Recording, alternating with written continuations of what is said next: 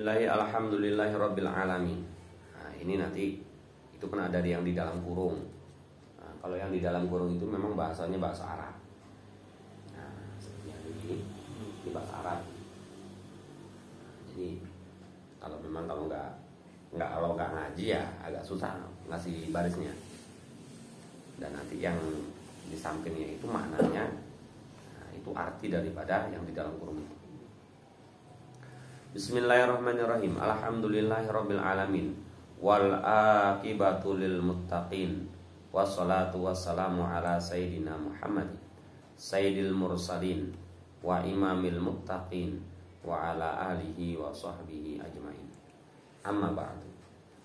Adapun kemudian daripada itu, maka pada hijrah Nabi 1140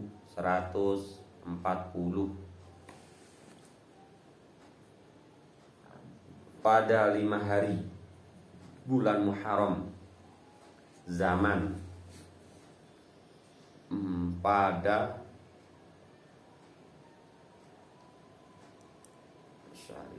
Faida Syarri Sultan yang besar, kerjaannya lagi yang maha tinggi derajatnya, yaitu Sultan Alauddin Ahmad Syahul Jauhan Berdullah Dilullah fi ilmi Damillahi wa dullatihi, amin. Ini masih menceritakan bahwa kitab ini dikarang oleh seorang orang yang sangat tinggi derajatnya, yang sangat dimuliakan oleh Allah Subhanahu wa taala. Maka tatkala itu meminta kepada fakir yang hina, khadimul ulama. Khadimul itu pembantunya ulama.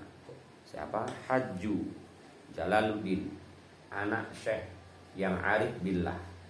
Syekh Jalaluddin, anak qadhi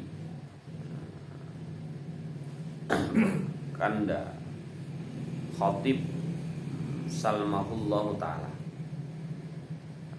Awaluhu, seorang daripada sahabat raja itu yang takut akan Allah Ta'ala, bahwa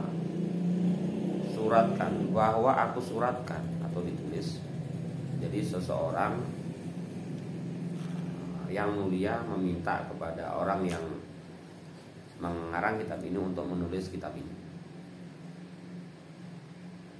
Suatu risalah yang simpan, maka aku namai akan dia Hidayatul Awam, pada menyatakan perintah agama Islam dan perintah sembahyang 5 waktu dan segala barang yang bergantung dengan dia, daripada segala syarat dan segala yang wajib.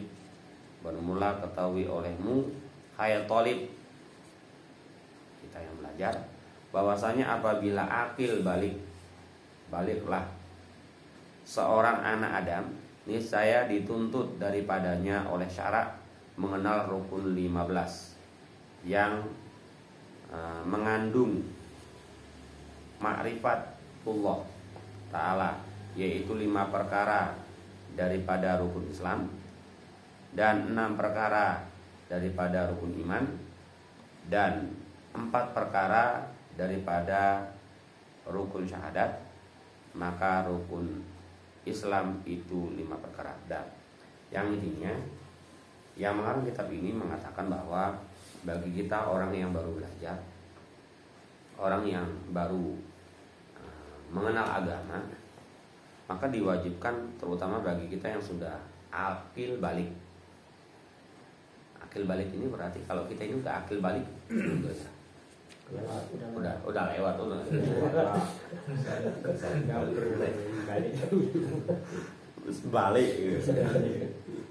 Balik kayak are-are. Udah akil balik.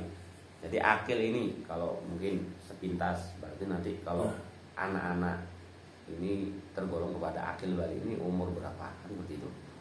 seandainya kita punya anak, kalau perempuan mereka itu udah haid.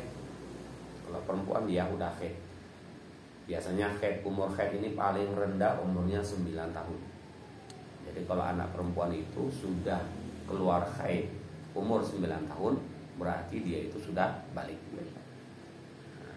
Dan akil, kalau akil itu dia berarti mempunyai akal sehat, nggak gila. Kalau perempuan ataupun kalau laki-laki, mereka itu sudah mimpi basah. Kalau laki-laki sudah mimpi basah, anak laki-laki, berarti anak laki-laki itu sudah balik. Kalau akhirnya tadi itu dia berakal. Lalu dia itu belum haid perempuan. Kalaupun laki-laki belum mimpi basah, kan gitu. Umurnya sudah 15 tahun, itu juga sudah tergolong kepada balik. Dia umur 14 tahun, kalau perempuan belum haid, berarti dia belum dihitung balik. Tapi setelah umur 15 tahun, dia belum haid, dia sudah dihitung balik. Jadi maksudnya gini, untuk mengukur seseorang itu balik atau enggak, itu ada dilihat dari tabiatnya, ada dilihat dari kebiasaannya, ada juga dari umurnya. Kalau tabiat ini perempuan, kalau perempuan tabiatnya umur 9 tahun pada umumnya itu sudah keluar haid. Kebiasaannya, kalau tabiat ini berarti sesuatu yang nggak boleh tidak bagi orang perempuan. Kalau tabiat ini, orang ini sudah anak laki-laki ataupun perempuan, dia itu sudah memikirkan sesuatu yang bisa menyebabkan keluar mani, kan gitu. Ataupun dia sudah mimpi sehingga keluar mani, itu belum pada tabiat apa? Kebiasaan. Dan yang tiga yang banyak itu dengan umur. Nah ini perlunya apa? Karena kalau nanti kita punya anak perempuan nggak paham berkaitan dengan haid, ini repot. Kalau begitu juga anak laki-laki, kalau kita nggak tahu batasannya berapa, nanti harus kita wajibkan mereka itu melakukan ibadah. Kalau kita nggak tahu batasan ukurannya, ini repot juga. Makanya ya sekurang-kurangnya kita tahu sedikit-sedikit dasar. Anak itu dihitung balik, atau kalau balik ini maksudnya sudah dibebankan hukum dalam Islam. Kalau sholatnya udah wajib. Jadi anak laki-laki ini bukan, udah sunat, udah wajib sholat, belum. Jadi yang jadi patokan anak itu sudah wajib melakukan sholat 5 waktu, puasa Ramadan, itu bukan khitan, tapi adalah batasan balik ataupun umur yang sudah diperbolehkan ataupun dibebankan hukum itu. Kalau seperti tadi 15 tahun ataupun keluar haid ataupun mimpi basah. Tapi kalau masalah ini Pak, dia belum balik, tapi sudah sunat. Habis itu dia ikut dalam barisan sholat. Dia asap depan lah gitu. Dia ikut di dalamnya. Di sini dia selangnya memang orang dewasa, dan yang sudah dewasa dia sudah sunat tapi belum balik. Nah, itu gimana? Permasalahannya kalau dia sudah sunat, karena dia belum balik, kan gitu. Dia itu dianggap nggak ada, kan gitu. Dia itu dianggap dia ada, tapi dianggap nggak ada. Loh, kok dianggap nggak ada? Ya kan memang dia belum dibebankan. Itu. Ketika dia berada di antara orang-orang yang sudah balik berakal, maka dia akan memisah saf antara, misalnya gini, berarti di ruangan kita, barisan kita itu ada yang kosong, disebabkan karena ada orang ataupun ada sesuatu yang memang belum diwajibkan, dibebankan untuk ibadah. Jadi itu nanti menjadi pemisah jadinya ya. Pemisah. Jadi renggang asapnya. Ya akhirnya bisa jadi kalau kita sholat jamaah nggak sempurna.